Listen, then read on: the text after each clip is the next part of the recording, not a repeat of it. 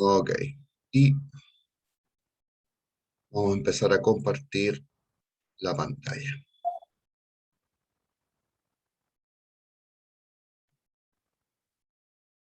Ok.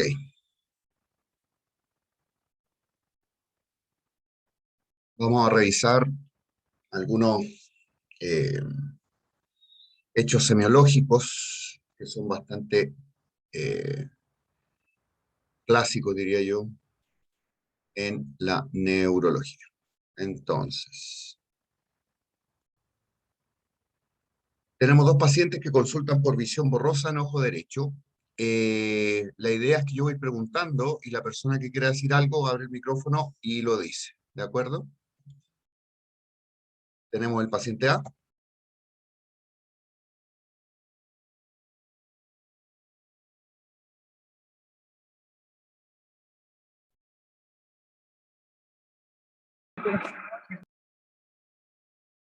Y tenemos el paciente B.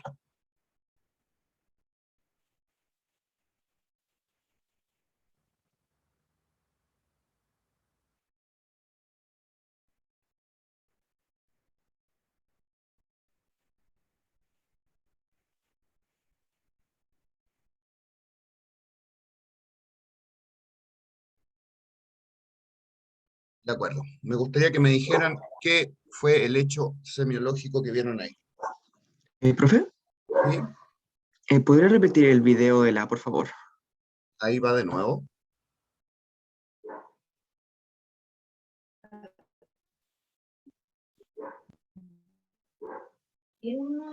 Cuando llegó los papeles,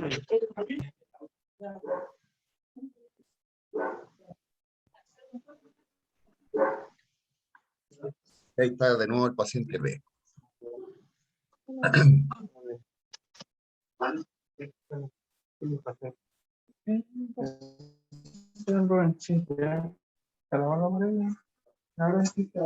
Ok, me gustaría que me dijeran, el que sepa o el que quiera hablar, cuál cuál fue el signo semiológico que vieron ahí.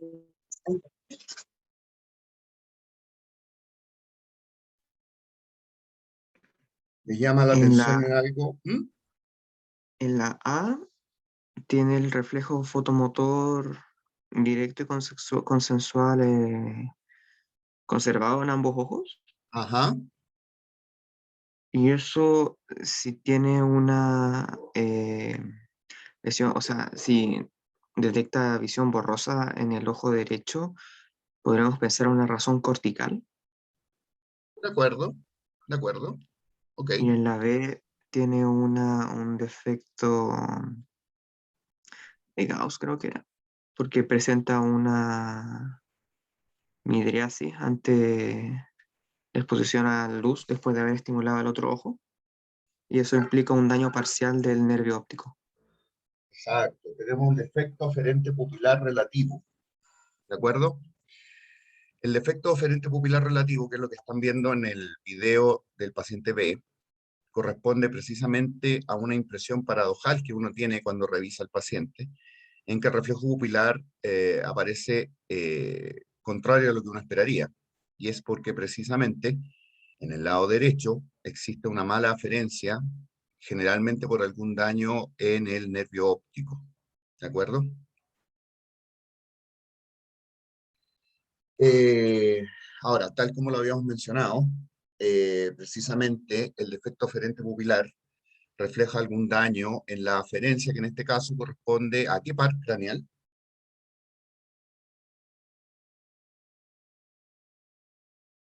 ¿Al segundo? Al segundo par craneal, porque si ustedes se fijaban, cuando se iluminaba el lado derecho, bueno, no lo podemos ver bien, pero ahí al cambiar la luz, vemos que al haber una mala aferencia por un daño en el nervio óptico derecho, no existe una buena respuesta del reflejo pupilar consensual del otro lado. ¿Se fijan? Por lo tanto, cuando ilumino el lado izquierdo, que sí tiene una buena aferencia en el fondo, luego ilumino rápidamente el lado derecho, que tiene una mala aferencia, por lo tanto, no alcanza a responder el reflejo pupilar. Por lo tanto, da esa impresión de que se está dilatando. ¿De acuerdo? Ok. Vamos a seguir mirando qué es lo que viene. Aquí tenemos claramente lo que hablábamos de la aferencia del segundo par y la eferencia del tercer par. Tenemos que la aferencia es en la retina, segundo par, y a través del nervio óptico llega a los núcleos que están en el mesencéfalo, los cuales sinaptan con el núcleo de Edinger-Westphal que tenemos acá, que es un núcleo funcionalmente único, pero que corresponde a dos grupos neuronales que están unidos dentro de la mitad del mesencéfalo, y que activan precisamente el sistema parasimpático, que genera el reflejo pupilar en ambos lados. Por lo tanto, si ilumino solo un lado, el reflejo va a ser bilateral simétrico, que es la normalidad, que ustedes pueden observar en cualquier paciente que no tenga un compromiso de esta estructura. Si yo comprometo la aferencia, que es precisamente el segundo par, voy a tener una asimetría, que es la que se nota en el defecto aferente pupilar relativo. ¿De acuerdo? Por lo tanto, es importante que revisen los conceptos de isocoria, que es precisamente tener ambas pupilas en un tamaño normal, en que yo ilumino una de un lado y se produce la contracción de ambas simétricas simultáneas. Anisocoria, en que tenemos pupilas que son de distinto tamaño, como pueden ver en el ejemplo 3, que generalmente habla de que hay un problema en la eferencia, vale decir, en las fibras parasimpáticas que inervan la pupila. ¿En qué par craneal van las fibras eferentes parasimpáticas que inervan el esfínter circular de la pupila? Tercero. Conjunto. Tercer par. ¿Van dentro del nervio o en la parte más superficial del nervio? Son periféricas. Mejor que periféricas, yo diría que son más superficiales. Por lo tanto, cualquier lesión que comprima un poco el nervio va a comprometer precisamente la eferencia de este reflejo. ¿De acuerdo? Por lo tanto, en el defecto pupilar aferente, en que la aferencia es la que está comprometida, yo ilumino un lado, como se ve acá, existe una respuesta consensual bilateral simétrica por el detalle neuroanatómico que mencionamos hace un rato, pero si ilumino el otro, no va a haber la misma respuesta, y es lo que vimos con esta dilatación anormal al iluminar en el lado comprometido de la aferencia. Cuando tengo un defecto eferente, me refiero a que tengo un defecto en el tercer par. Si yo ilumino un ojo, de partida generalmente vamos a tener anisocoria. Si yo ilumino el ojo comprometido, la eferencia, el ojo con la eferencia comprometida, el lado normal va a tener una buena respuesta. Pero si ilumino el lado normal, el lado comprometido no va a tener ninguna respuesta. Y ahí la gran diferencia. ¿De acuerdo? La midriasis, ¿qué es? ¿Recuerdan de sus clases de semiología? ¿Qué significa midriasis? La dilatación de la pupila. Exacto. Nos referimos a una pupila que está más dilatada de lo normal. ¿Y una miosis? Contracción de pupila. Contracción de pupila. ¿Y la discoria?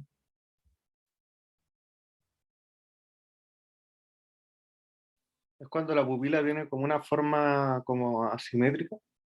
Más que nada con alguna forma anormal, que no sea la forma circular que conocemos. Generalmente pueden ser lesiones anatómicas de distinto índole, ya a veces traumáticas. ¿Ya? Ahora, tenemos un paciente joven que tiene este defecto visual. Cada círculo, tal como dice ahí, representa un campo de cada ojo. ¿De acuerdo? ¿Cuál puede ser el compromiso? ¿Dónde puede estar el compromiso en este caso?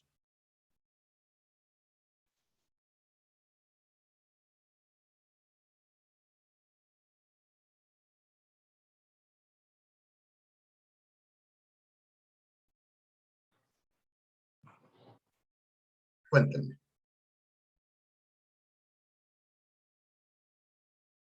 ¿Qué es lo que vieron en ese déficit? Escríbanlo. Pregunta abierta. Tiene un déficit focal, Ya, creo que es semejante una amaurosis. una maurosis, ¿cierto? Tiene un Sí, aumento ahí ¿de qué cosa? del punto ciego. O la mancha ciega, ¿cierto? ¿La mancha Mm, ciega qué representa anatómicamente? Es el punto de la retina donde sale o entra el nervio óptico. Exacto, exacto, exacto. Entonces, ¿qué estará pasando con este nervio óptico? No está, eh, no está, no sé cómo explicarlo, pero ahí está deficiente el nervio óptico. Claro, claro. Eh, el nombre semiológico puede ser escotoma, ¿ya? Pero se refiere precisamente a un aumento de esta mancha ciega dado generalmente por un compromiso del nervio óptico, ¿de acuerdo? ¿Qué compromisos del nervio óptico conocen ustedes como enfermedades que pueden existir?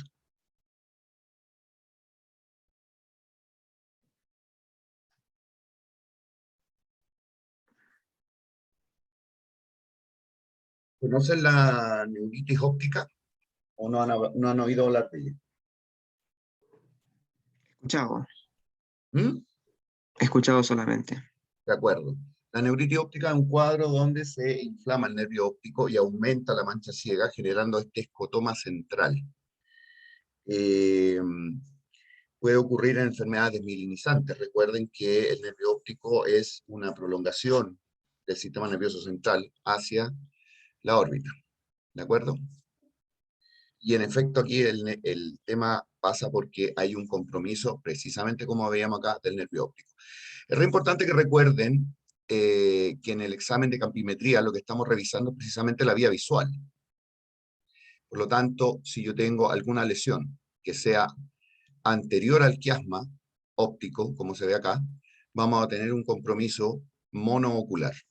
¿De acuerdo? En cambio, si tenemos cualquier lesión que sea posterior al quiasma óptico, vamos a tener compromisos que son homónimos, vale decir, en el mismo lado del campo visual, en ambos campos visuales. Entonces es re importante que recuerden este esquema. Si yo tengo, por ejemplo, una hemianopsia homónima derecha, que es lo que aparece aquí en el número 5, el compromiso va a estar retroquiasmático en la vía visual del lado izquierdo, vale decir, en cualquiera de las estructuras por donde pasa la vía visual en el hemisferio izquierdo. También es importante recordar que mientras más posterior sea la lesión, más conjugada va a ser el compromiso de la campo visual, o sea, va a ser igual en ambos campos visuales. ¿De acuerdo? También recuerden que por la distribución anatómica de las fibras, vamos a tener que todo lo que se esté proyectando en la retina, en el lado derecho a lateral y en el lado izquierdo hacia nasal, va a proyectar va a proyectar hacia el hemisferio eh, contralateral, ¿de acuerdo? Lo mismo ocurre en las zonas de la retina que son superiores e inferiores. Por lo tanto, un compromiso de las vías que están representando la retina eh, inferior me va a generar compromisos de los hemicampos superiores. ¿De acuerdo? Ahora pasamos a otro caso. Este paciente tuvo una caída de párpado derecho de un día de evolución. Ahí está.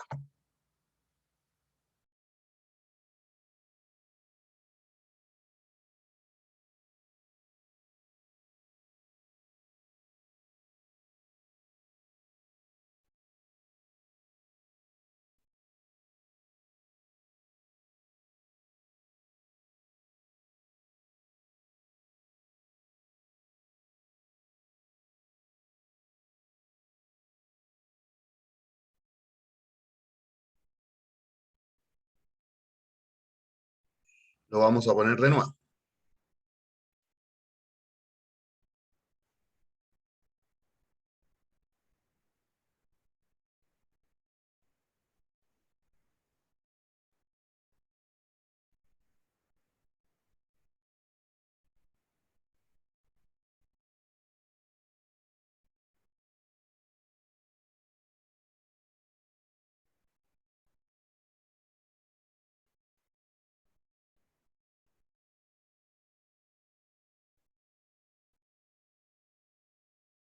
Ok, cuéntenme, ¿qué es lo que observan? Pregunta abierta. La dosis por la que consulta. Ajá, ¿qué más? Y no puede eh, mover el ojo, probablemente por algún daño de nervio, porque hay varios lados hacia los que no puede mover. De acuerdo, de acuerdo. Si pensamos que par craneal realiza ambas acciones, ¿qué par craneal podría estar comprometido en este caso? El tercero. El tercero, ¿cierto? Ahora, si pensamos que hay un compromiso completo del tercer par craneal, ¿qué debería ocurrir con la pupila? Que lo mencionamos al comienzo.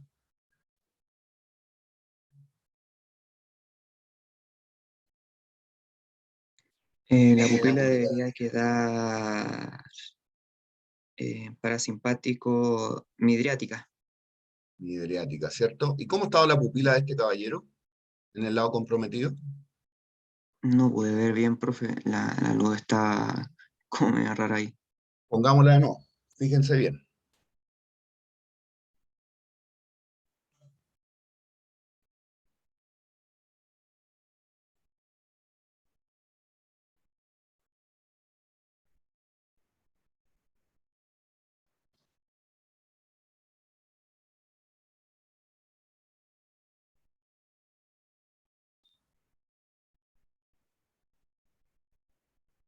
¿Hay respuesta pupilar o no? ¿Qué les parece? Creo que sí. Sí, en efecto, hay una respuesta pupilar, ¿de acuerdo? Ahora, eh, que mencionamos hace un rato respecto al tercer par craneal. A ver, déjenme admitir a Flavia. Ok. Díganme, ¿dónde podría estar la lesión que está generando este déficit?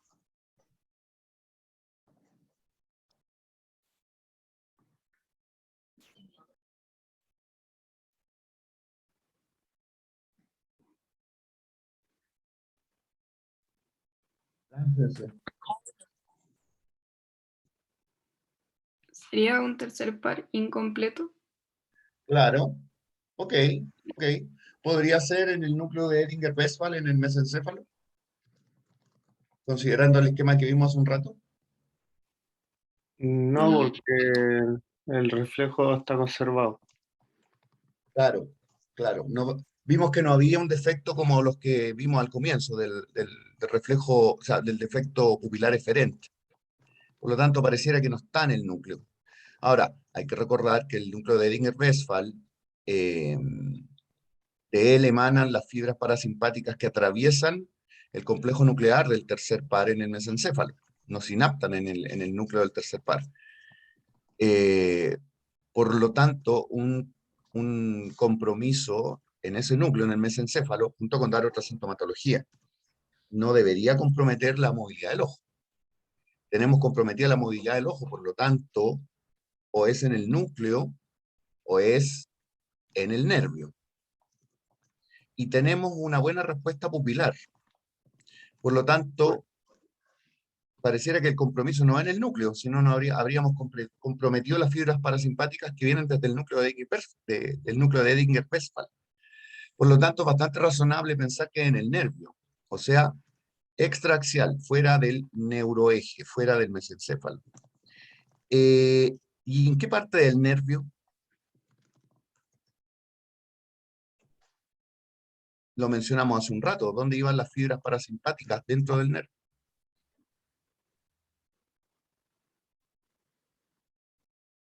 ¿Cómo hacia profundo estaría la lesión? Claro, Claro, porque de manera más superficial tenemos los axones de las fibras parasimpáticas que vienen desde el núcleo de Edinger-Westphal. Por lo tanto, tenemos un tercer par completo o incompleto. Completo. Incompleto, porque se respetaron las fibras parasimpáticas. Por lo tanto, el compromiso es dentro del espesor del nervio o una compresión que viene desde fuera. En el espesor del nervio. En el espesor del nervio, ¿cierto? Que, tal como aparece ahí la pregunta, ¿qué causas, qué etiologías se les ocurren que pueden generar un compromiso dentro del grosor del nervio y no como desde fuera, desde la parte más superficial? ¿Alteraciones vasculares? Sí, generalmente alteraciones vasculares del vasa nervorum. ¿En qué patología puedo tener esas alteraciones vasculares? Patologías crónicas muy extendidas en nuestra población. ¿Diabetes? Diabetes, ya, muy bien. ¿Otra más? Hipertensión ¿Hipertensión? arterial. Hipertensión, muy bien. ¿Y consumo de una droga legal? ¿De tabaco? Tabaco. Generalmente van las tres cosas juntas, ¿de acuerdo? Ahora, ¿qué síntoma puede referir el paciente aparte que se le cayó el ojo? Porque va a llegar diciendo se me cayó el ojo, doctor. O doctora. ¿Qué síntoma puedo tener si no puedo mover un ojo? ¿Diplopía? Diplopia. Diplopia. Exacto, exacto, exacto. ¿Y esta va a ser una diplopia vertical u horizontal? Se me separan las imágenes al mirar, o sea, ¿las imágenes se me separan hacia el lado o se me separan hacia arriba?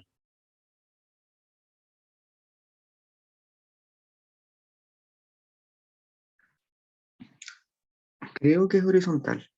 En el tercer par.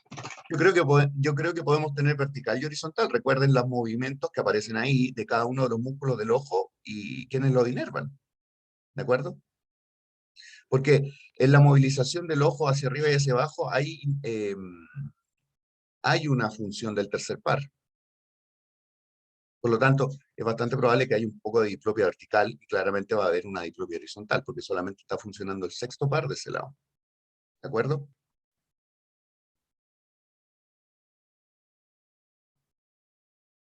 Entonces tenemos el signo que es la ptosis palpebral, la diplopia y el signo que es la oftalmoparesia, que es que la persona no puede mover el ojo. Ahora, la diplopia es re importante, que si yo estoy viendo doble con los dos ojos, pero me tapo un ojo y empiezo a ver normal, quiere decir que la diplopia es binocular, o sea, por la mala conjugación de la mirada de ambos ojos. ¿De acuerdo? Pero si yo me tapo el ojo y sigo viendo doble, es porque la diplopia es monoocular. Y ahí generalmente el problema no es neurológico, sino que es ocular. ¿De acuerdo?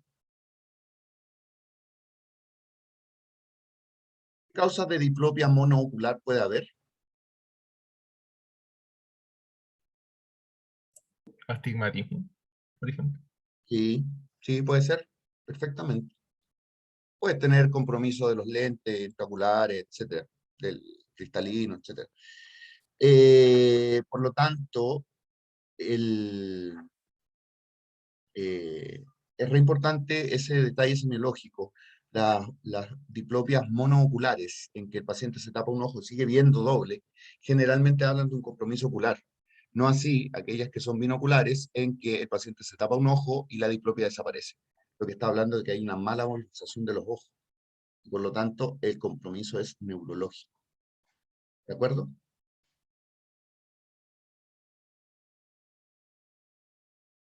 Tenemos la ptosis y la oftalmoparesia en un tercer par completo con un compromiso pupilar. ¿Estamos? Ese es el tercer par completo. ¿Alguna causa de tercer par completo que se le ocurra?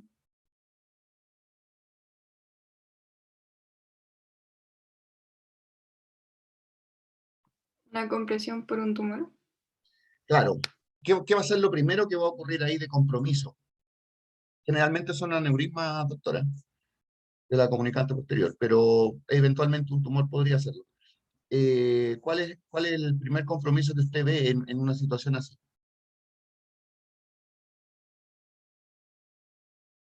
Pensando que es como desde fuera, podría ser de la función pupilar. Exactamente, la función pupilar. ¿De acuerdo? La función pupilar. Y luego si va avanzando, ya ahí recién se completa todo el tercer par. ¿Ya? Ok.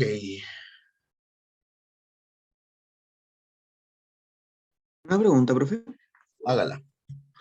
¿En la aneurisma que causa un tercer par completo es un déficit progresivo o ocurre cuando el aneurisma se rompe, ¿Qué cree usted? que es progresivo? Debería ser progresivo, pero lamentablemente en la clínica real de repente nos encontramos con un debut de una persona que tiene sintomatología de un aneurisma roto y lo encontramos con esa asimetría pupilar. Entonces, claro, la primera sospecha es esa.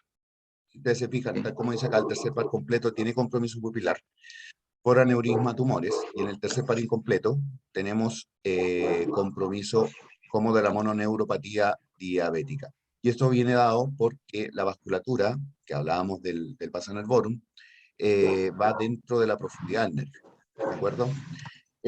Claro, usted tiene toda la razón. A veces los pacientes consultan porque tienen anisocoria, o sea, tienen las pupilas distintas. Y si ustedes revisan, se dan cuenta que hay un compromiso eferente, o sea, hay un defecto pupilar eferente. Si es un paciente joven sin otros síntomas, ¿qué sospecharían ahí? Joven, de 20 años, sano. ¿Consumo de droga? ¿Perdón? No sé, ¿consumo de droga? ¿Pensando en qué? ¿A través de qué mecanismo?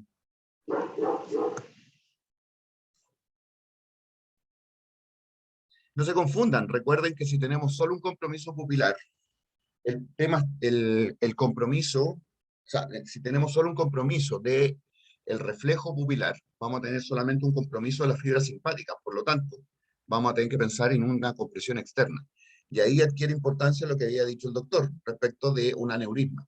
En efecto, si alguien consulta por una asimetría pupilar y uno constata que hay un defecto eferente, hay que hacer un estudio de imágenes contrastadas, ojalá un angiotac, pensando en que puede ser un aneurisma que está apretando el tercer par desde afuera. ¿De acuerdo? Miremos ahora este paciente. Perdón. ¿Qué les parece? Escríbanlo.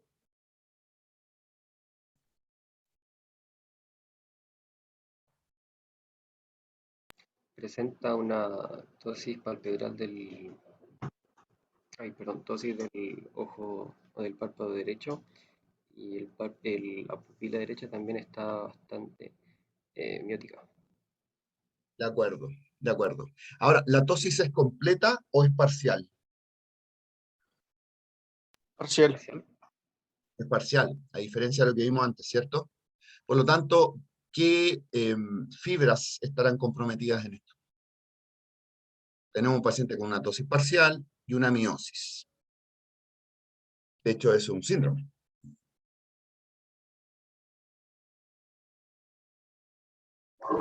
Claude-Werner-Horner. Un síndrome de Horner, en efecto, ¿por compromiso de qué fibras? ¿Simpáticas o parasimpáticas? Compromiso simpático. Compromiso simpático, ¿cierto? Compromiso simpático. De acuerdo. Entonces tenemos esta tosis parcial, una miosis, generalmente se acompaña de una anhidrosis por compromiso de las fibras simpáticas que van hacia esa hemicara, y un enostalmo aparente, también por el compromiso simpático neurovegetativo de todos los tejidos de esa hemicara. ¿De acuerdo? Y aquí tenemos un esquema de la vía simpática que parte en el hipotálamo, baja a través del tronco, a nivel de los segmentos superiores torácicos, hacen sinapsis en el ganglio estrellado, y de ahí envían las fibras a través de la carótida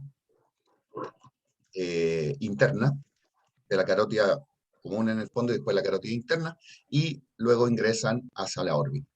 ¿En qué enfermedad podríamos tener este síndrome?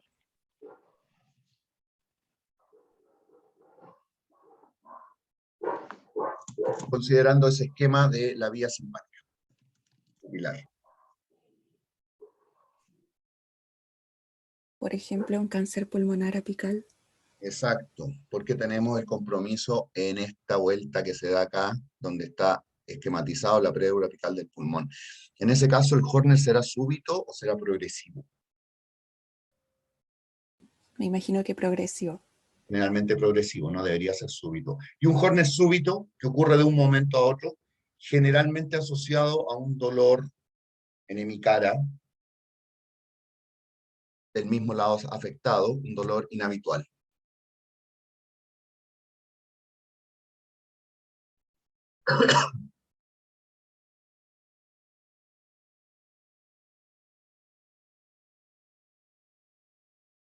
Cuéntenme.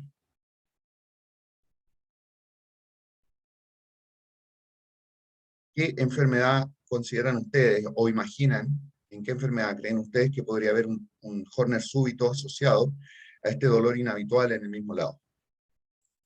Una disección carotídea.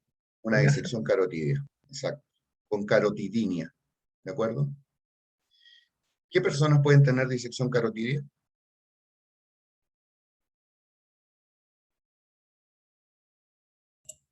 Personas con enfermedades cardiovasculares o mal Sí, controladas. sí, sí, sí. Ahora, no es raro que uno lo encuentre en personas jóvenes sin mayor antecedente. ¿Qué consumo de qué sustancia puede asociarse a una disección carotídea?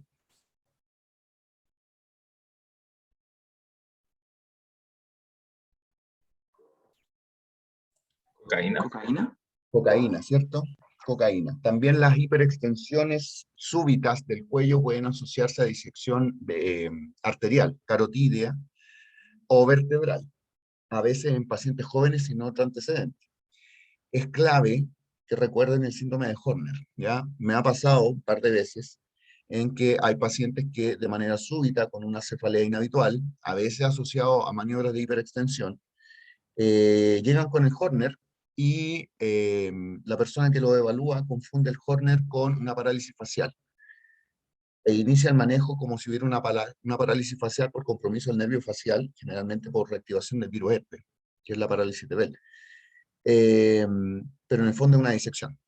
Ahora, si hay una disección, un compromiso de la íntima arterial, ¿cuál creen ustedes que puede ser el riesgo de ese hecho? Pensando fisiopatológicamente. ¿Un aneurisma? Es raro que se rompa tanto como para generar un pseudoaneurisma, ¿ya? Piensen, ¿qué más puede ocurrir? Un accidente cerebrovascular, por ejemplo, ¿A través de qué? Bien, ¿a través de qué mecanismo? isquémico, ¿Ya? ¿Y desde dónde viene eso que ocluye el vaso? Porque estamos hablando de que es una disección. Se rompió la íntima. se forma un coágulo. Exacto. La disección de la íntima genera una lámina de esta capa interna de la arteria que se llama un flap. Y funciona casi como una bandera. Y en el peor de los casos, que es lo menos frecuente, el flujo sanguíneo eh, hacia arriba en el fondo puede generar un trombo que puede ser incluso completo de la carótida, generando un infarto de carótida completo. Otras veces se genera un trombo que queda anclado dentro de ese flap, en ese trozo de íntima que está volando, y desde ahí se disparan émbolos que impactan en el resto del árbol arterial encefálico. ¿De acuerdo? Afortunadamente no es lo más frecuente que ocurra. Eh, pero una disección carotídea es una urgencia médica. Tiene que ser evaluada con un angiotac para ver si en efecto está ocurriendo en ese momento una generación de un trombo asociado. ¿De acuerdo? Ok, tenemos un paciente ahora de 65 años, hipertenso y fumador. Lleva 11 horas de diplopía a la mirada lateral derecha. Ya con esa descripción, ¿dónde piensan ustedes que puede haber un daño? El cuarto par, No. Mirada lateral hacia la derecha. O sea, sí, perdón, Podría ser un cuarto par. Sí, tiene razón. Podría ser un cuarto par, pero ¿de qué lado? ¿Derecho o izquierdo?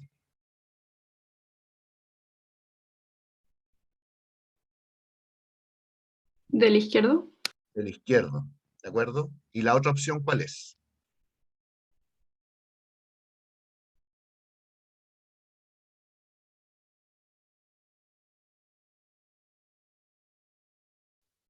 Sexto par, Sexto par. ¿De qué lado? derecho. Derecho. Derecho, ¿cierto? Ya, miremos ahora el video.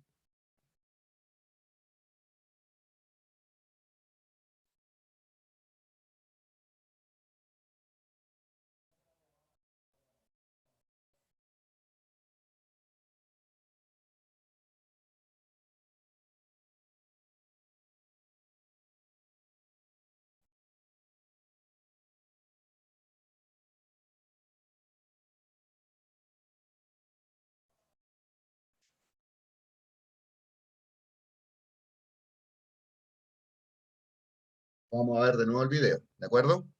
Fíjense bien.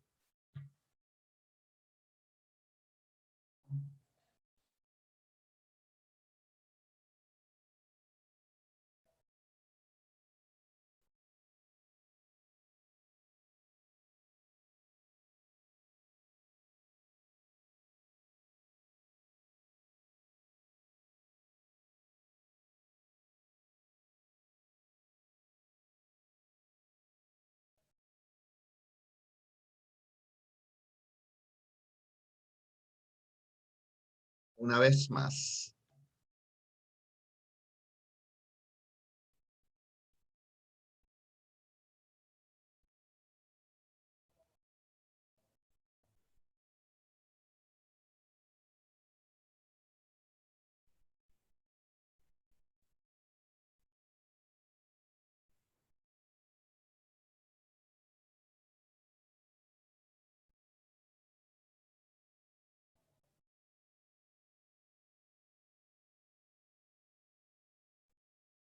Ok, quiero que me digan dónde está, cuáles son los pares comprometidos.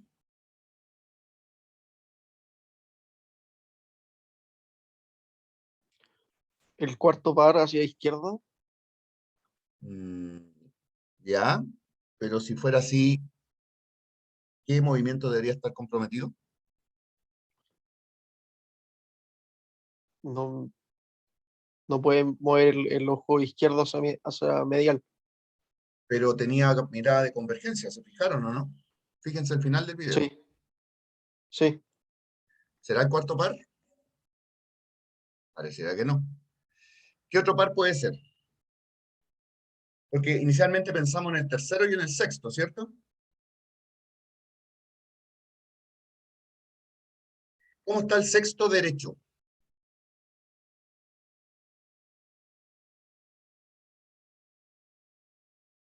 Vamos a buscar acá. ¿Cómo está el sexto par derecho?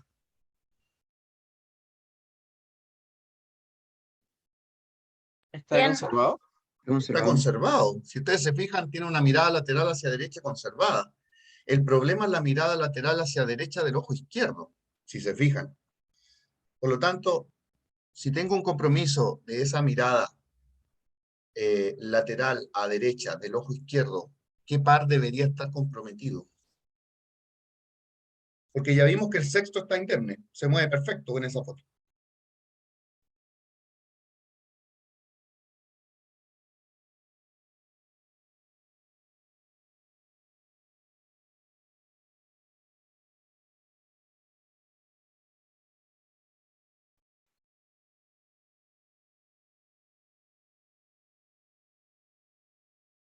¿Qué par debería estar comprometido en esta imagen?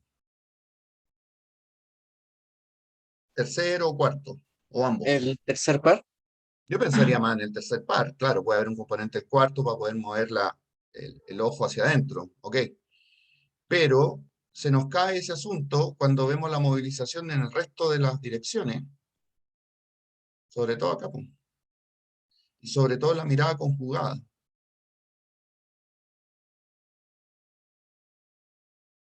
Ahí está súper claro.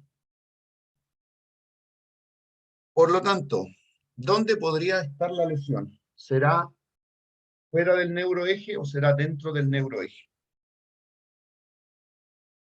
Porque parece que el tercero y el cuarto funcionan a veces, y el sexto está funcionando. ¿Podría ser por compromiso del recto medial? Usted dice ocular, ¿Sí? pero el problema es que tenemos buena mirada de convergencia. ¿Te fijáis?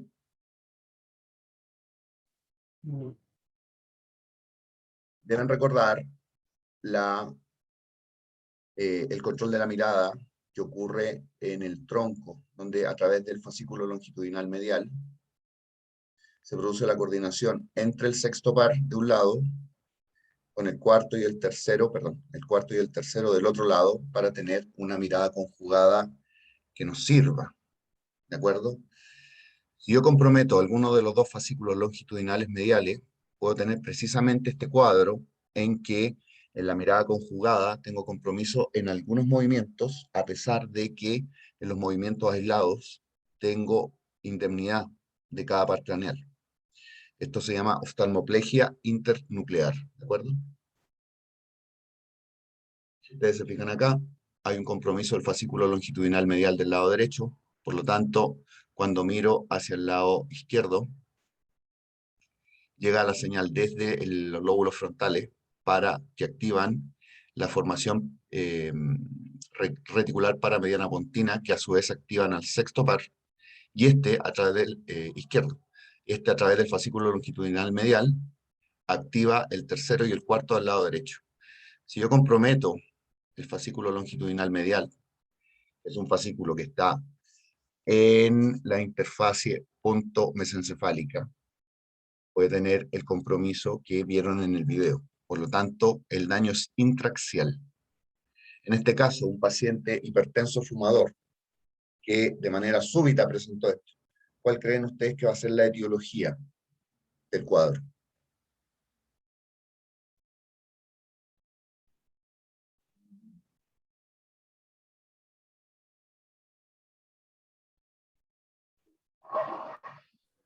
Díganme.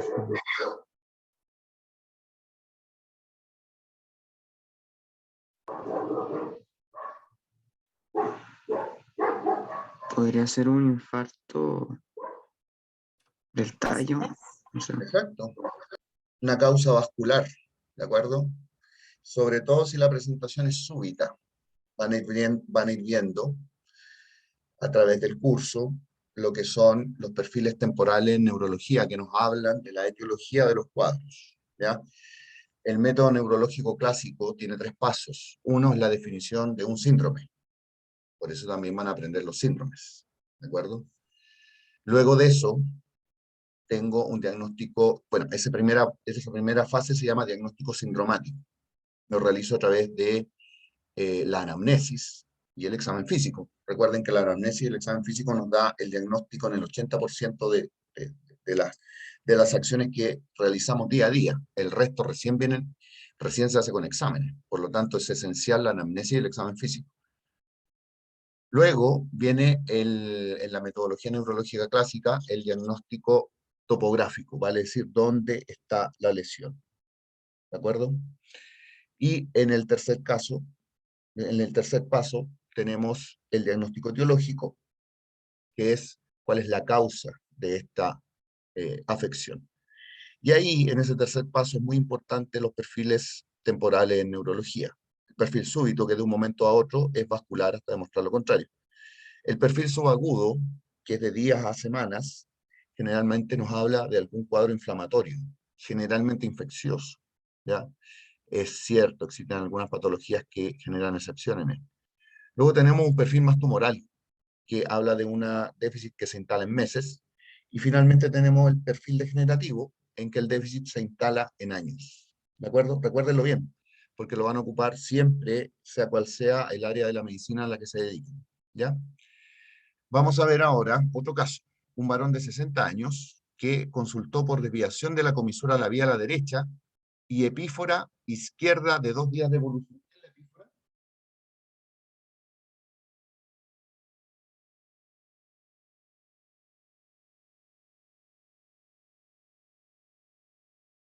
¿Qué es la epífora? Lagrimal constante. Exacto, así es. Vamos a ver al tiro. Ahí está.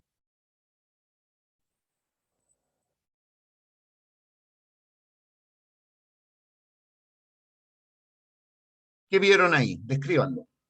Pregunta abierta. Se cortó un poco el video, profe. Lo vamos a poner de nuevo.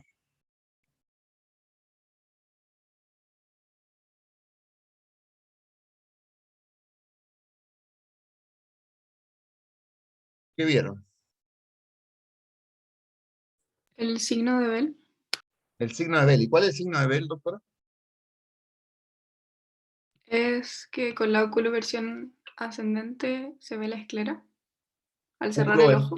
Al cerrar el ojo, ocurre una oculoversión. ¿De acuerdo?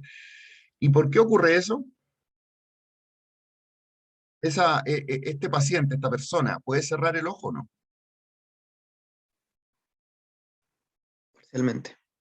Parcialmente, ¿cierto? Ok, ¿qué músculo cierra el ojo?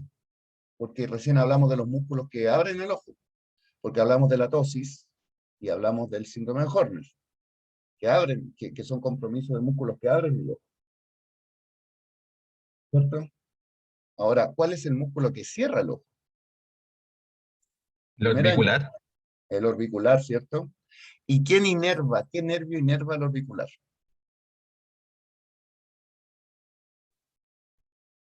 ¿Facial?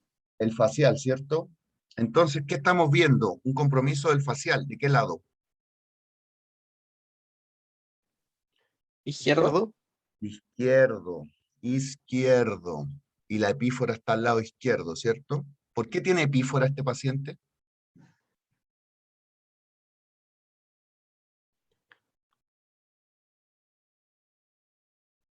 Porque es una de las funciones que tiene igual el facial. Ya, ya, pero a ver, explíqueme un poco más, no le entendí muy bien. Aparte de la función motora del facial, hay una función de inervar las glándulas que son las salivales y las lagrimales. Muy bien, Entonces, como en este caso está afectado, también se pierde el control de la glándula. pero la glándula no funciona sola, la glándula funciona solo con el estímulo del nervio. Por lo tanto, si tengo comprometido el facial, debería tener menos lágrimas. Y en efecto es así. Si tengo un compromiso del facial, hay menos producción de lágrimas. Por lo tanto, ¿por qué tiene epífora este paciente? Profe, ¿Mm? ¿no podrá ser como reactiva frente a la, digamos, como la sequedad que se produce por no poder obstruir totalmente el ojo?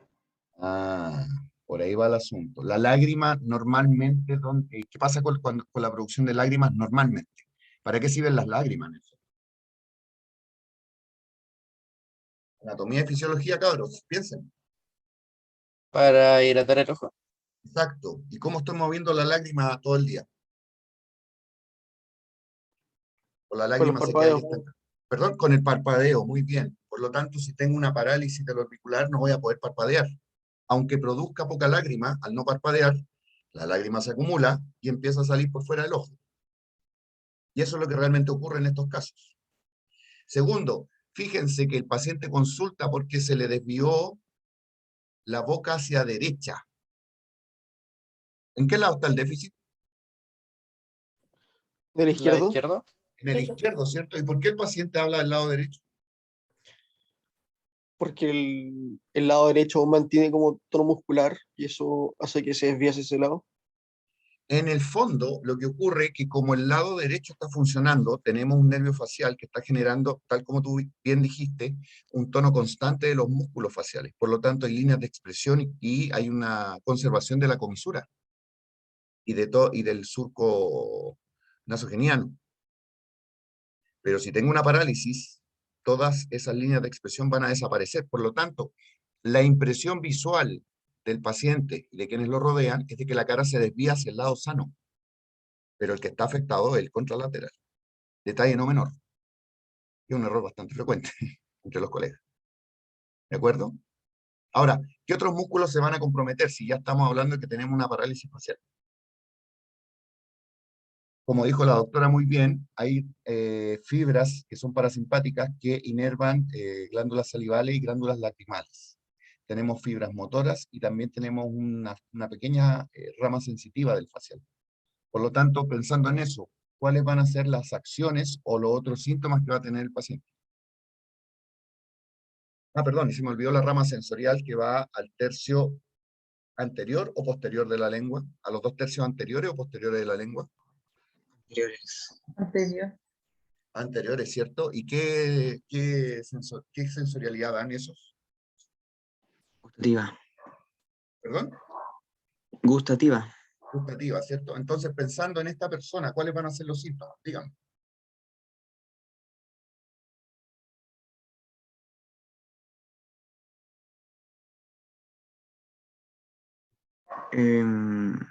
Ageusia de los 2 tercios izquierdos de la lengua. Exacto, muy bien. ¿Qué más? Piensen en la rama Serostomía. sensitiva. ¿Perdón? Ah, había dicho serostomía. No, no, no. Piensen en este cuadro que estamos viendo en la parálisis de Bell. Piensen qué otros síntomas va a tener el paciente pensando en la afectación de la pequeña rama sensitiva que tiene. Compromiso sensitivo del pabellón auricular. ¿Ya? ¿Y cómo se va a manifestar?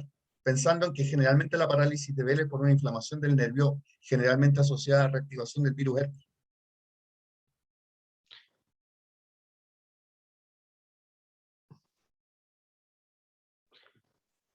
Eh, a mí se me ocurría que podría ser como una alodinia. Más que alodinia, doctor, es un dolor referido al pabellón auricular que generalmente se manifiesta como una cefalea atípica, generalmente occipital, ¿de acuerdo? O alrededor del pabellón auricular, ¿de acuerdo? Y de los signos, ya vimos que hay varios signos, la doctora dijo el signo de Bell, ¿de acuerdo? El signo de Bell es por lagoftalmo, o sea, una caída del párpado inferior, ya que no se puede cerrar, a diferencia del Horner, ¿de acuerdo? ¿Qué otros signos van a ver cuando examinen la motilidad facial de este paciente? Pensando en los músculos que son inervados por el nervio facial. ¿Se podrá reír este paciente? Solo el lado derecho. Exacto. ¿Cómo va a estar el músculo buccinador?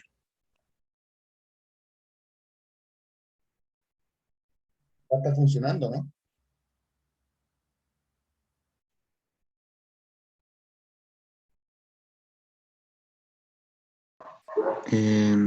No, en este caso no. No. ¿Y para qué sirve el buccinador?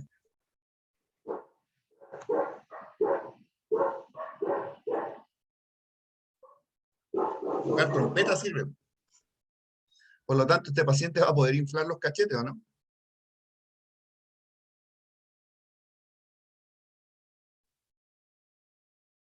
¿Están ahí o no? No, no, no. No lo puede inflar. No los puede inflar, ¿cierto? Por lo tanto, si yo le pido que haga eso, se le va a escapar el aire por el lado afectado.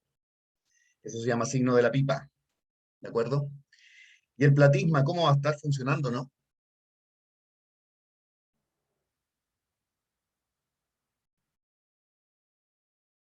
No. Tampoco. Tampoco va a estar funcionando. Y los pequeños músculos frontales que dan esas líneas de expresión en la frente, ¿ven cómo están o no? Voy a poner de nuevo el video, fíjense.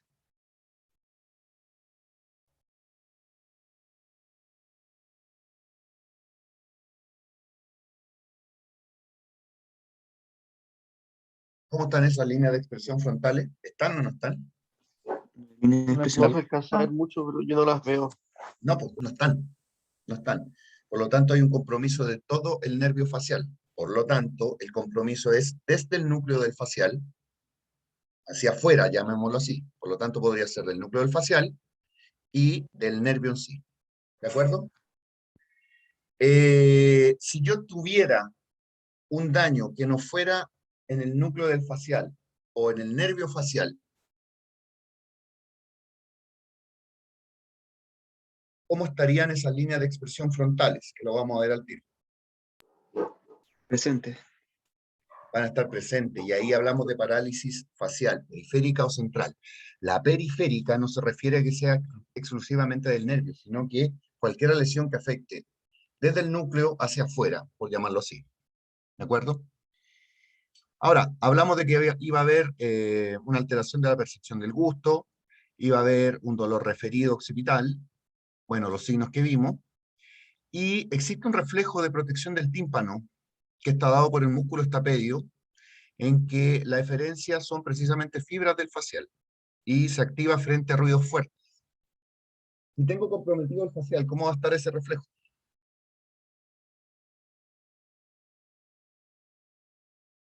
Comprometido. Va a estar comprometido. Por lo tanto, ¿cuál va a ser el síntoma que va a tener el paciente?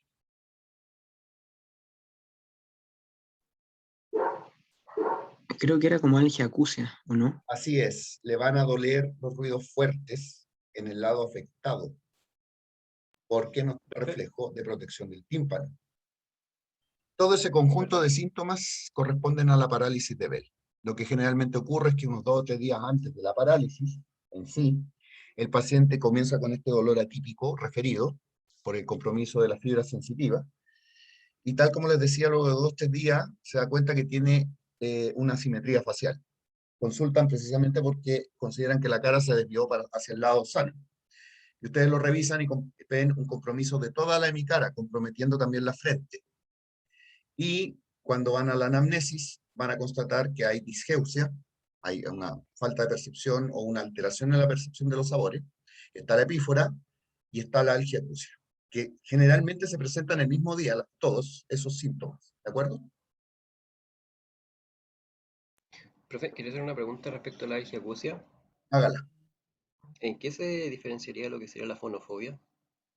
Eh, es que es un dolor agudo, generalmente punzante en el oído, más allá del desagrado por los sonidos, que es la fonofobia.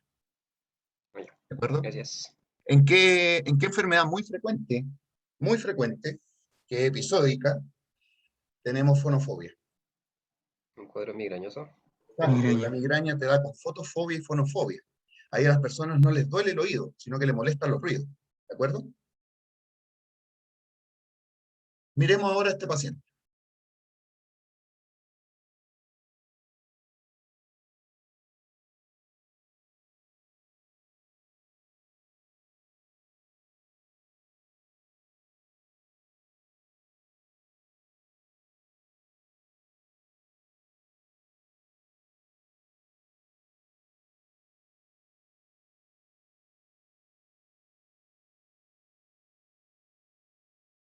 ¿Qué vieron? ¿Qué déficit hay? Parálisis De la facial. Eso. ¿Qué En cosa? mi cara inferior. En mi Está cara comprometida inferior. la Si se fijan, la musculatura palpebral está conservada. Ojo, un signo importante es que cualquier ser humano en condiciones normales es capaz de resistir la apertura ocular forzada. Cuando ustedes examinan a alguien, le pueden pedir que cierre los ojos y que ustedes no le abran los ojos, y ustedes hacen fuerza en contra. Lo normal, en cualquier situación, es que cualquier persona puede resistirse a la apertura ocular. Si no puede hacerlo es porque hay un compromiso del orbicular. ¿De acuerdo? En este caso vemos que hay una conservación de la función del orbicular del ojo, pero hay un compromiso de todos los otros músculos que están hacia abajo. O sea, hay un compromiso de la motilidad de los 2/3 inferiores de la cara. ¿Cuándo ocurre esto? A diferencia del anterior, que tenía todo el lado comprometido, ¿cierto? ¿O no? ¿Sí? Ok. Si ustedes recuerdan, el control de la motilidad facial está dado desde los lóbulos frontales, en la representación de la cara que ocurre en el homúnculo, en la cara dorsal del lóbulo frontal. Ahí tenemos que las fibras que controlan la motilidad facial de un lado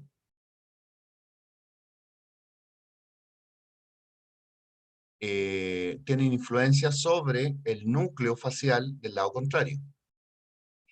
pero como existe el concepto de somatotopía, que atraviesa todo el sistema nervioso central, en que cada fibra representa algún lugar del cuerpo, tenemos que los somas de las neuronas del núcleo del facial, que controlan los 2/3 superiores de la cara, perdón, el tercio superior de la cara, tienen un control que es bilateral.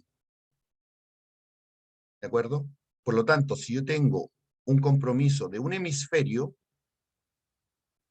se va a afectar el control de la cara del lado contrario, pero sin comprometer el tercio superior, porque el hemisferio ipsilateral va a seguir ejerciendo su influencia sobre los somas de las neuronas que controlan el tercio superior de la cara.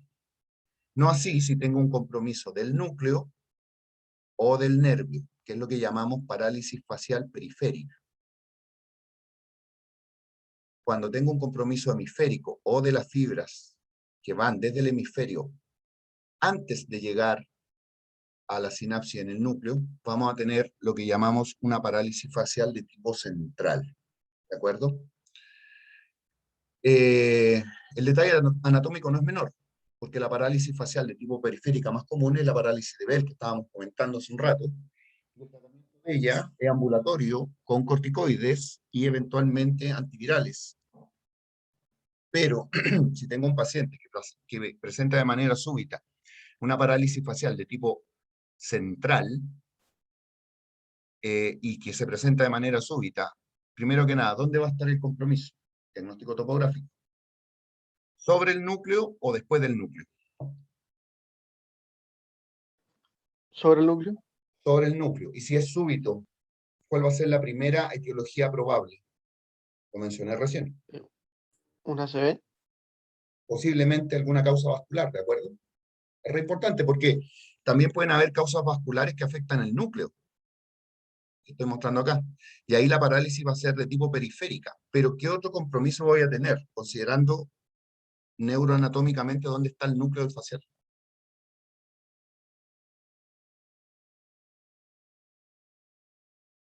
¿Dónde está el núcleo del facial? En el neuroeje.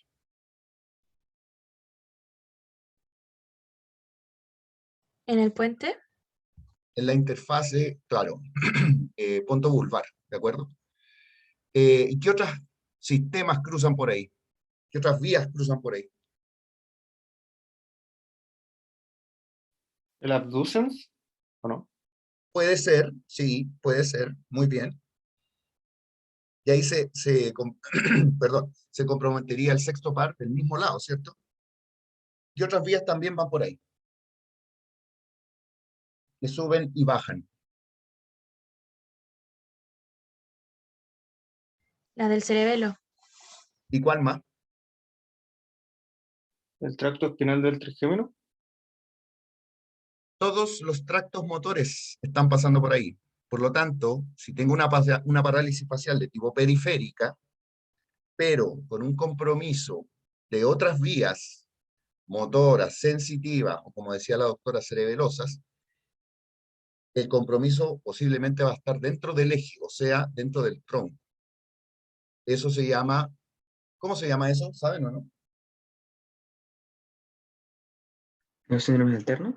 Un síndrome alterno, porque como las vías se cruzan, voy a tener un compromiso de un par craneal o dos pares craneales de un lado, pero voy a tener un compromiso de la vía larga del lado contrario, que se cruza en las pirámides, o sea, un poco más abajo. ¿De acuerdo? Esa es la gran diferencia entre la parálisis de Bell, en que tenemos solamente la lesión facial tipo periférica, que está descrita ahí con todo lo que ya hemos comentado, y solamente va a tener ese compromiso. Pero una lesión que sea en el núcleo intraaxial va a tener el compromiso de esta parálisis facial de tipo periférica, más el compromiso de una vía larga contralateral. ¿De acuerdo? Aquí pueden ver la comparación de la parálisis central con la parálisis de tipo periférica. Era importante la palabra tipo periférica para que no se queden con la idea que todas las parálisis faciales completas son solamente por compromiso del nervio.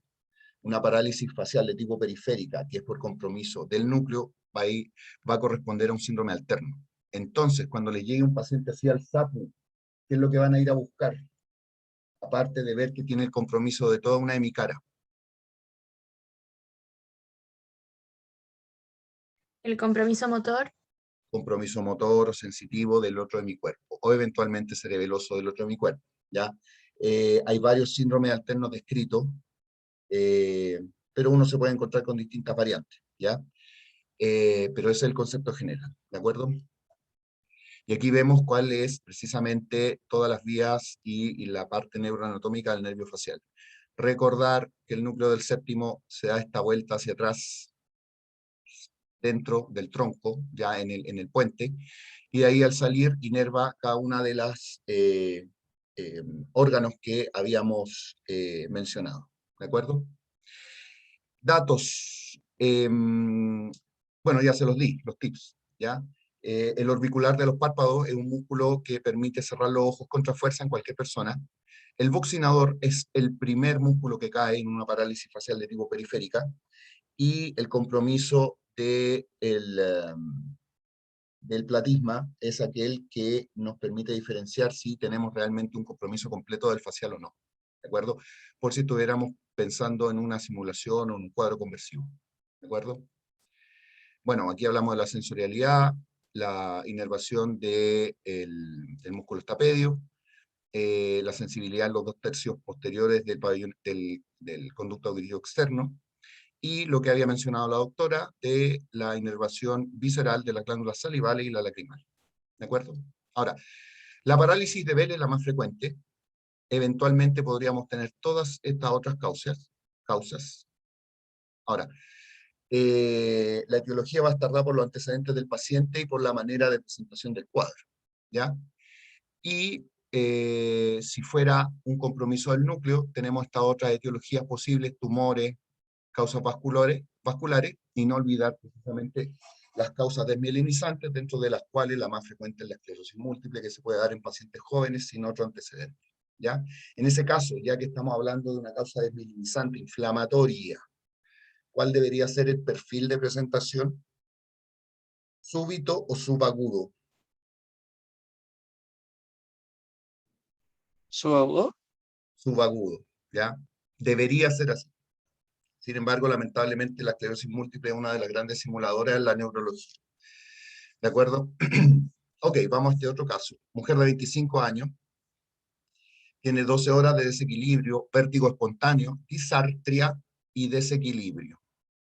La disartria, ¿a qué parte del neuroeje nos localiza?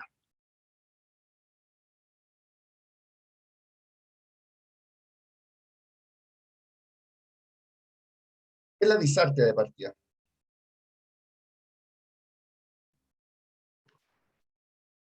La alteración del acto del habla. Exacto, de la pronunciación. Porque si tengo un problema de construcción del lenguaje, voy a estar hablando de una afasia. Pueden ir juntas, ¿de acuerdo? ¿Han visto personas disártricas? No, Nunca. ¿Nunca han ido a una fiesta y, y han visto algún jurado? sí. No. Ya. Eso es disartria, ¿de acuerdo? Y ocurre precisamente por el efecto del alcohol en el neuroeje. Ahora, si pensamos en disartria, ¿dónde puede haber una lesión que genere disartria? En el área de Broca. ¿Ya? ¿Dónde más? ¿En el cerebelo? Ok, muy bien. ¿Dónde más? ¿La misma lengua? En la misma lengua, que es lo menos probable. Ojo, la disartria es neurológica hasta demostrar lo contrario. Esa es una de las máximas neurologías. ¿Dónde más?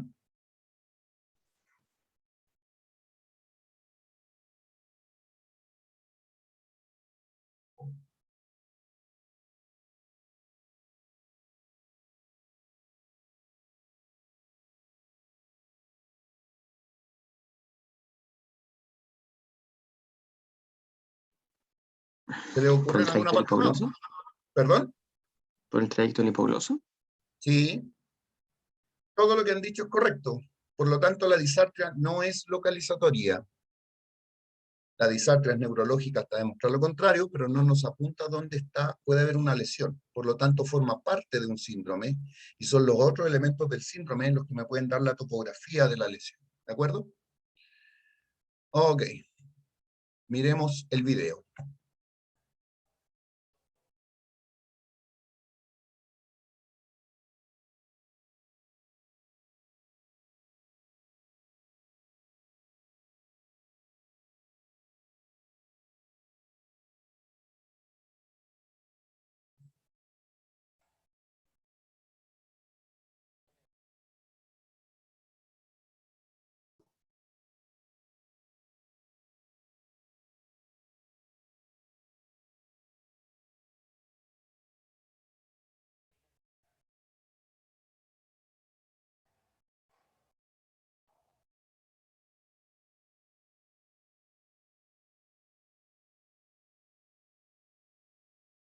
Cuéntenme, ¿qué fue lo que vieron?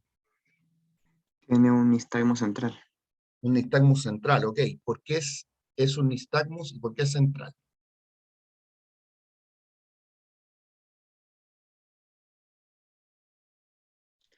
Porque el ojo presenta sacadas Ajá. en diferentes, cuando mira a diferentes partes, y estas sacadas son en diferentes direcciones.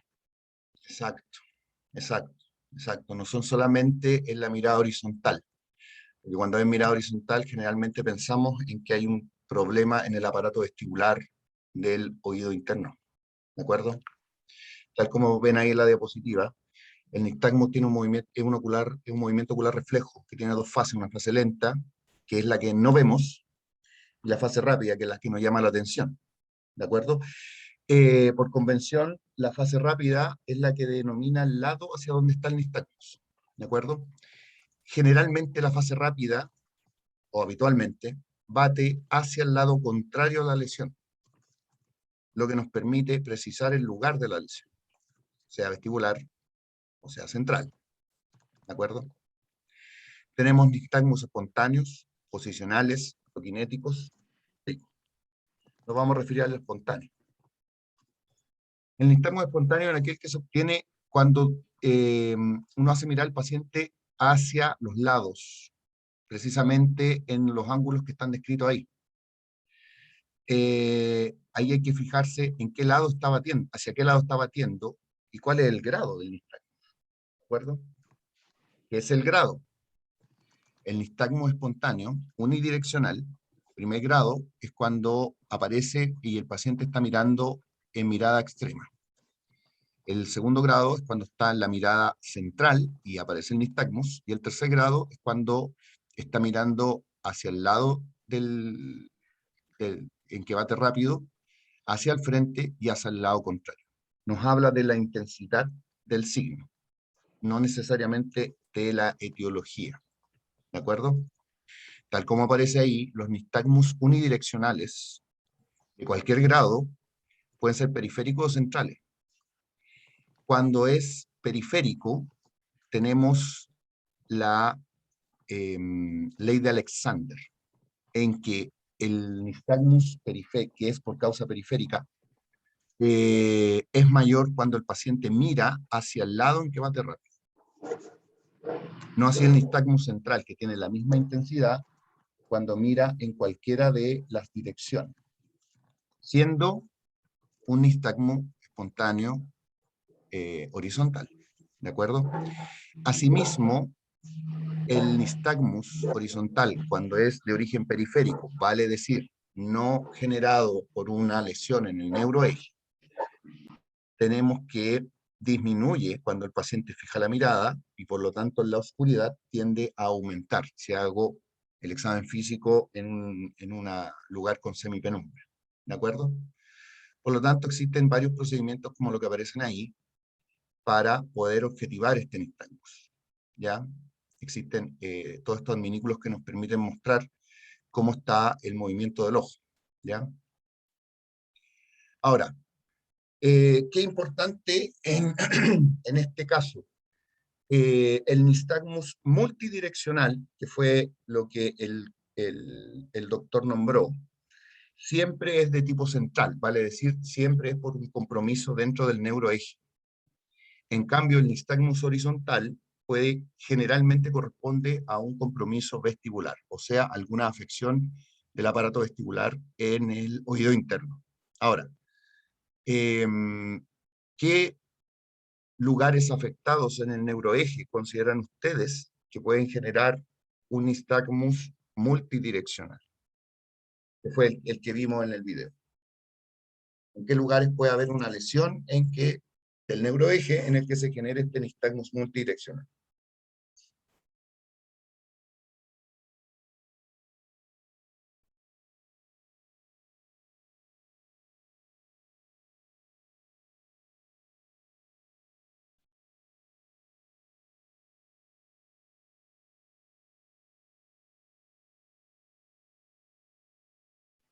Piensen. Podría ser de los centros superiores, ¿Ya? los núcleos vestibulares, Ya, muy bien. ¿Qué otro lugar? las vías de conexión, pero no sé si en el nervio en sí. De acuerdo. De acuerdo. No, en general el nervio va a tener un compromiso que va a ser similar al del aparato vestibular. ¿De acuerdo? Las vías cerebelosas y las vías vestibulares son las que generalmente están comprometidas en el neuroeje cuando uno encuentra este tipo de nistagmus. Generalmente es poco sintomático, ¿ya? Los pacientes generalmente no refieren tener mucho compromiso de náusea o vómito, pero sí mucho de desequilibrio, precisamente porque son esas las vías que están comprometidas. Cuando existe el vértigo paroxístico benigno, posicional, que es por compromiso de el aparato vestibular, generalmente por el desprendimiento de otolitos. Tenemos que el cuadro es espontáneo, muy sintomático, y uno se encuentra con un paciente que está con mucha dificultad para caminar, con mucha náusea y vómito, pero que tenemos claramente un nistagmus que sigue las leyes de Alexander, que es de tipo, comillas, periférico. ¿De acuerdo? Ok, veamos ahora el siguiente caso. Un paciente de 49 años que refiere un dolor de cuello a derecha luego de una caída con golpe en la cabeza e hiperextensión de cuello hace 24 horas.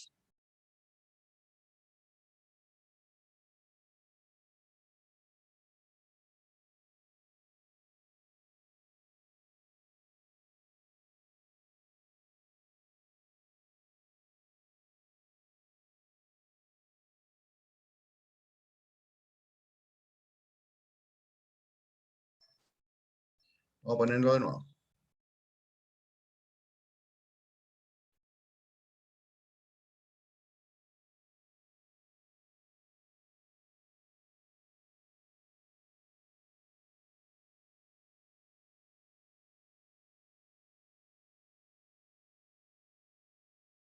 Una vez más y me cuentan qué es lo que ven.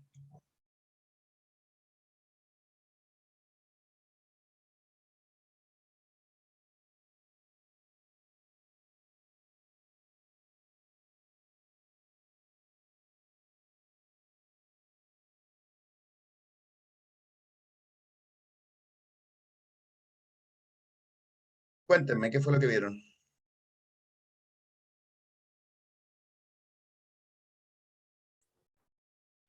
Lateralización de la lengua.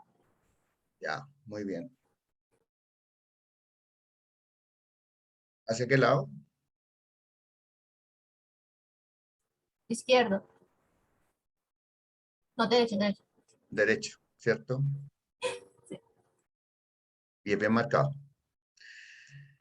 Tienen que recordar que por los músculos de la lengua, la debilidad unilateral genera una desviación hacia el lado comprometido, siempre. Ya, ese es un tip. Ahora, ¿por qué puede ocurrir? Precisamente por un compromiso del par 12, que en este caso, en esta área anatómica, si ustedes ven acá, está en una relación íntima con la carótida. ¿Qué puede haber ocurrido con este paciente con la hiperextensión que tuvo?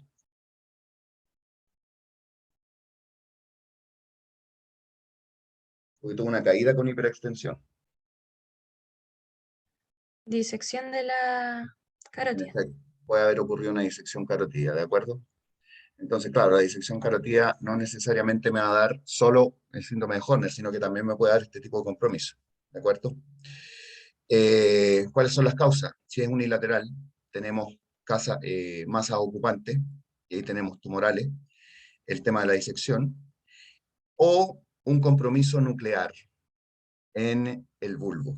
Y aquí tenemos las causas vasculares, que siempre son las más frecuentes.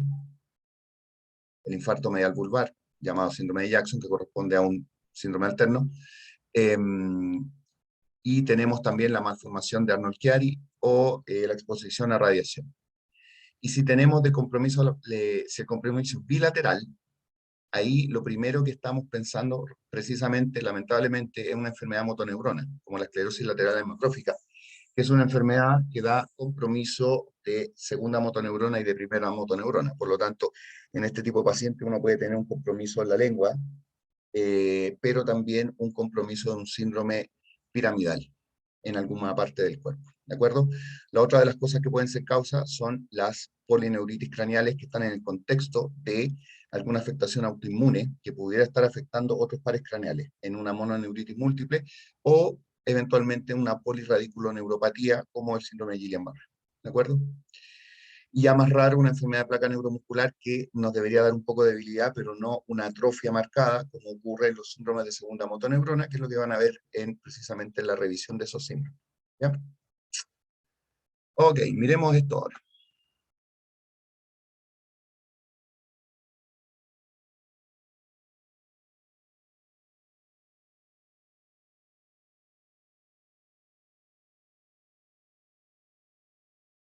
¿Qué es lo que observaron en esa lengua? Lo voy a poner de nuevo.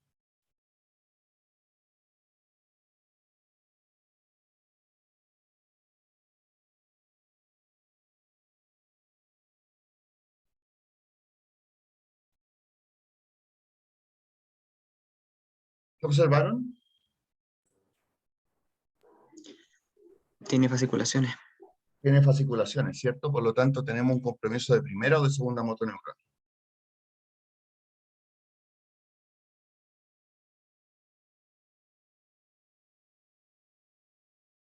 De la inferior.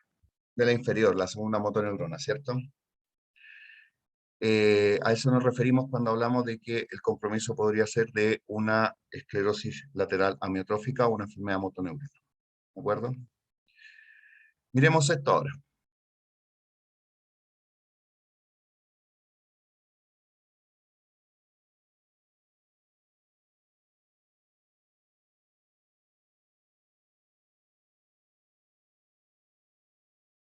Ok. ¿Cómo estaba la elevación de ese velo del paladar? Asimétrica. Asimétrica, ¿cierto? ¿Hacia dónde lateraliza en este paciente? A derecha. Lateraliza a derecha. A derecha, ¿cierto? Lo que quiere decir que el lado afectado, ¿cuál es? Afectado, Izquierdo. el lado izquierdo, ¿de acuerdo? A diferencia de la lengua, cuando veo una asimetría en la elevación del velo del paladar, estoy viendo un compromiso de el lado contralateral, ¿de acuerdo? ¿Dónde podría estar la lesión?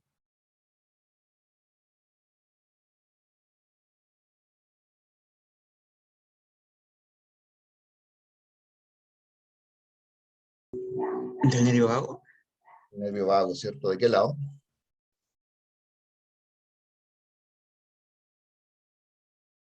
En este caso, ¿de qué lado? Izquierdo. Ipsilateral izquierdo. En el izquierdo, ¿cierto? De acuerdo. ¿Qué otro compromiso debería haber si es así lo que estamos viendo?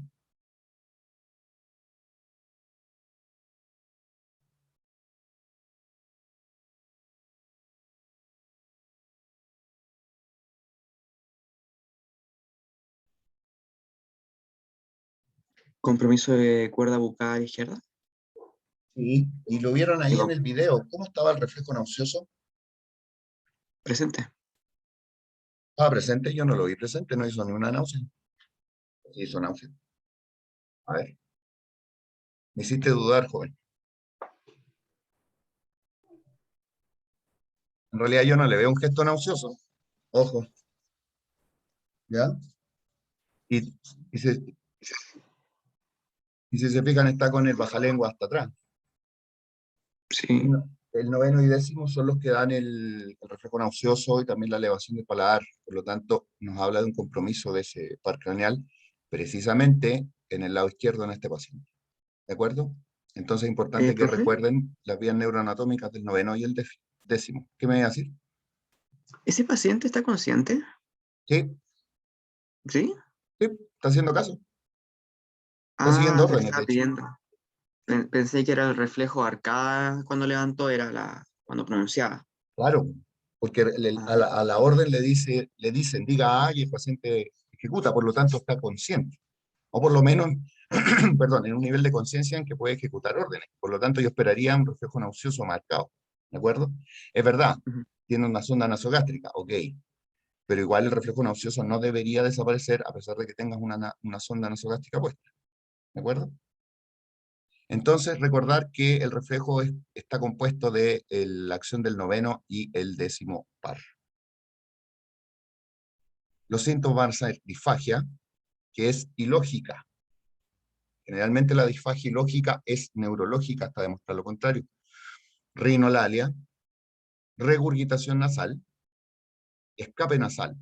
Ya que no funciona el pelo del paladar, todo lo que ingresa a la boca va a salir por la nariz. Por lo tanto, vamos a tener todos esos síntomas. Y tal como había mencionado el doctor, la disfonía, con una voz bitonal y con estridor inspiratorio, que es lo que ustedes van a escuchar cuando vean las guaguas en la campaña de invierno, cuando hay un compromiso de las cuerdas vocales.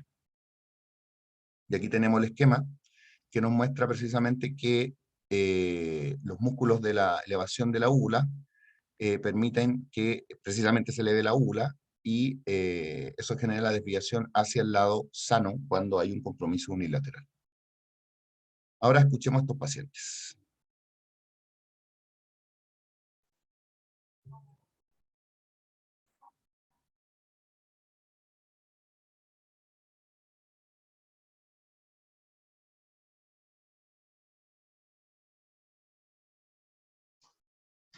Profe, ¿Sí? no se está compartiendo el audio. A ver, espérate. Pero yo lo escucho bien acá. Tiene que poner las opciones de compartir, compartir con audio, para que lo podamos escuchar bien nosotros. A ver, espérate. Advanced Sharing Options.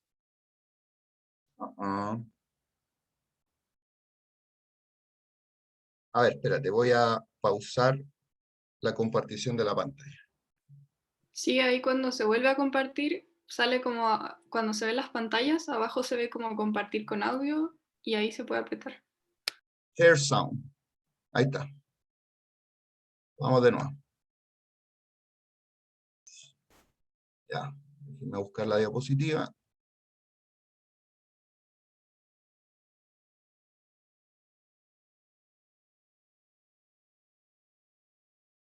Velo del paladar.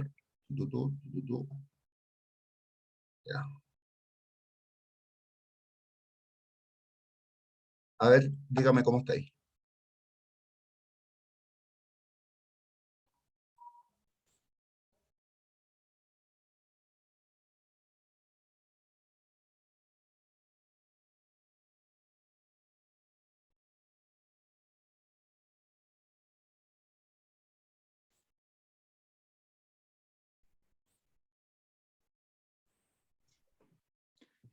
Tampoco se escucha nada, profe. Pero, espérate.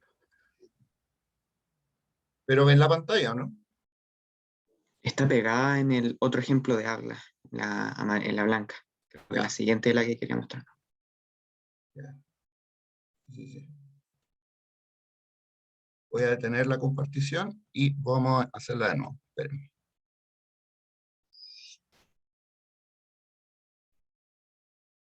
Ya.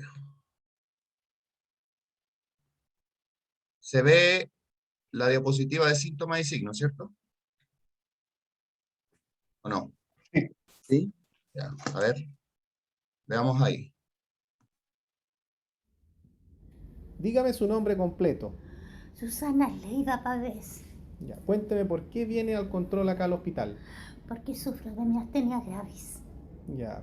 Y cuénteme qué le pasó, por qué le quedó la voz así, desde cuándo. Después de la operación me quedó la voz así. No sé si fue cuando me entubaron, qué pasó en ese momento, pero así me quedó y me han examinado, me dicen que ya no tengo paralizado el lado izquierdo de las cuerdas vocales. Ya. A ver, hagamos una prueba. Diga un A bien largo.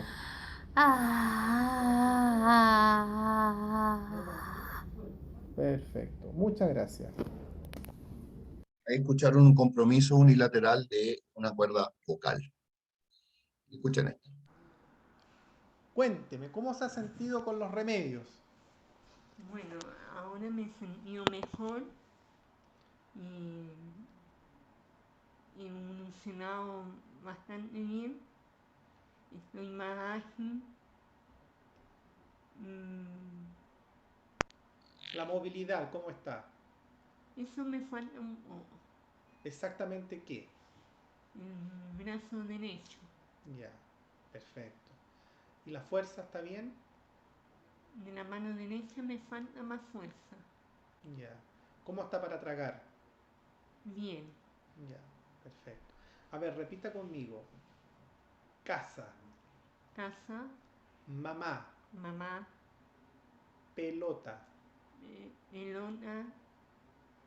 Gato. Gato. Laberinto. Laberinto. Camión. Camión. Guevara. Guevara. Sí. Mameluco. Mameluco. Perfecto. Muchas gracias. De acuerdo, ahí escucharon una voz nasal, lo que habla de la rinolalia. Y aquí tenemos otro ejemplo. Cuénteme lo que hizo el fin de semana. Viernes en la noche celebramos el cumpleaños de mi suegra. Lo organicé yo el sábado, cumpleaños de una sobrina y ayer domingo almuerzo en la parcela del padrino de mi esposa. En ninguno de los tres eventos pude comer. Ya. Bueno, ¿pero lo pasó bien igual o no? Sí, entretenido. Muy entretenido. Muchas gracias.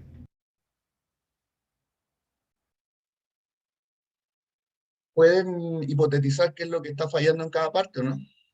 Ya conversamos un poco de la primera. Pero las otras, pregunta abierta. La segunda es como algo muscular, ¿o no? Como algún nervio que afecta algún músculo. Ya, Como pero parte. ¿qué músculo específicamente? ¿O qué función? Que de hecho la habíamos nombrado.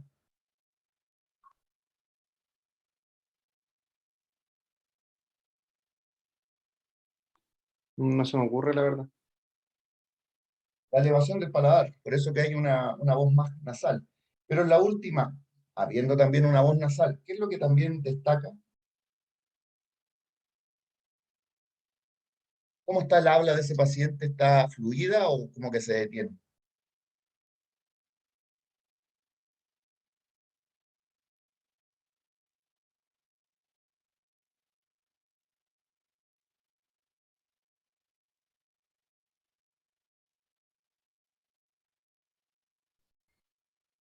No es fluida en ningún caso el habla. De acuerdo. Entonces tenemos que en la primera teníamos una voz bitonal, por una parálisis de la cuerda, parálisis cordal. La rinolalia, que corresponde a una disartria flácida, porque tenemos un compromiso del velo del paladar. Y finalmente la disartria espástica, en que tenemos un compromiso también de la pronunciación en otros ámbitos, no solamente por la rinolalia, y eso nos habla de un compromiso supranuclear, ¿de acuerdo? Por lo tanto, si hablamos del compromiso en el noveno y décimo par, tenemos unilaterales, podemos tener tumores de base de cráneo, causas vasculares, lesiones ocupantes en el espacio retrofaringeo o retroparotídeo. Y bilaterales, precisamente compromiso de varios nervios, como polineuritis o polirradiculoneuropatía, enfermedades de neurona motora, como habíamos mencionado, y eventualmente enfermedades de placa como la miastenia gravis, en que si bien no vamos a tener un compromiso de segunda motoneurona, vamos a tener un agotamiento de la respuesta muscular, que finalmente va a generar estos hallazgos semiológicos. ¿De acuerdo? La disección carotidia, que era lo que habíamos comentado al comienzo. Lo más frecuente siempre lo vascular, ¿ya? Y en caso que en lo unilateral y en lo bilateral, las enfermedades de placa. En esta paciente, ¿qué es lo que observan?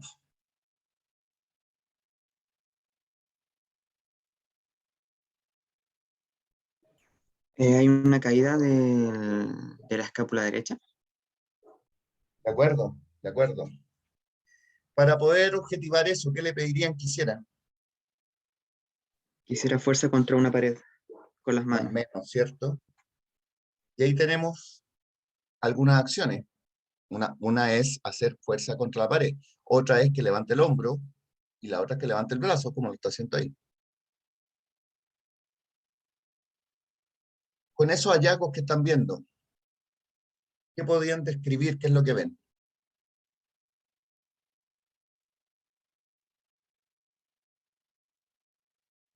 Tiene una caída del hombro derecho. Parece una alteración del trapecio. ¿De acuerdo? ¿De acuerdo? Sí, sí.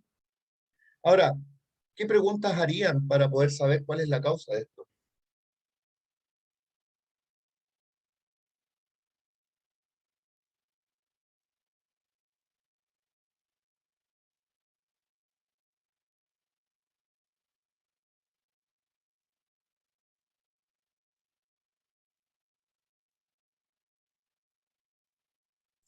Si ha tenido trauma o cirugía en el cuello. ¿De acuerdo? ¿Qué más? Si tiene compromiso sensitivo, ¿De acuerdo? ¿Qué más? Perfil temporal, ¿o no?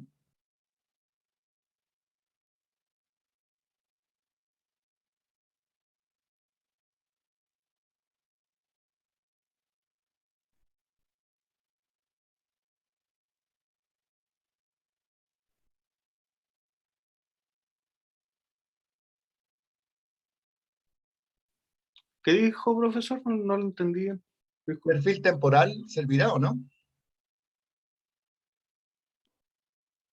Y esto se presentó de repente, de a poco, porque hablaron de trauma, etcétera. Bien, me parece. ¿Servirá el perfil temporal en este cuadro, no?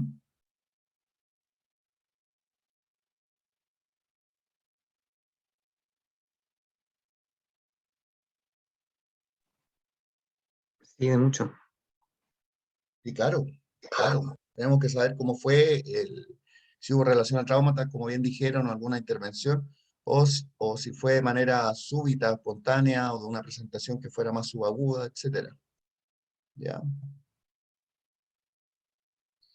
En efecto, esta señora la habían operado de una cáncer de tiroides y se hizo un vaciamiento ganglionar lateral izquierdo. ¿Qué creen ustedes que fue lo que ocurrió al realizarse la cirugía?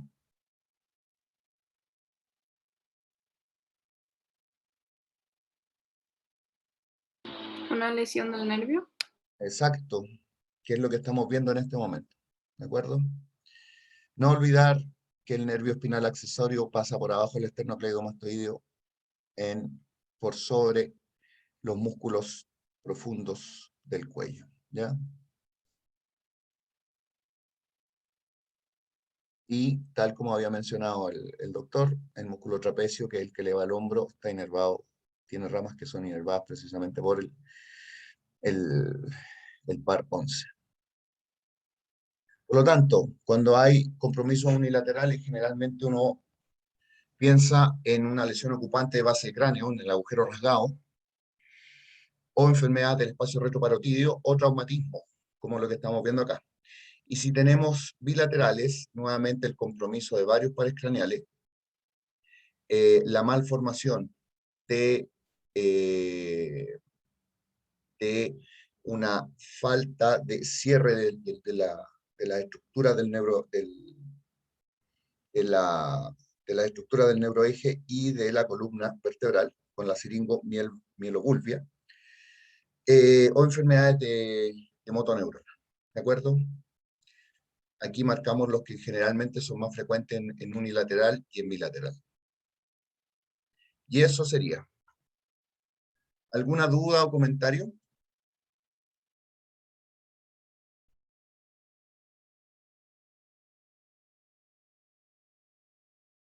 ¿No?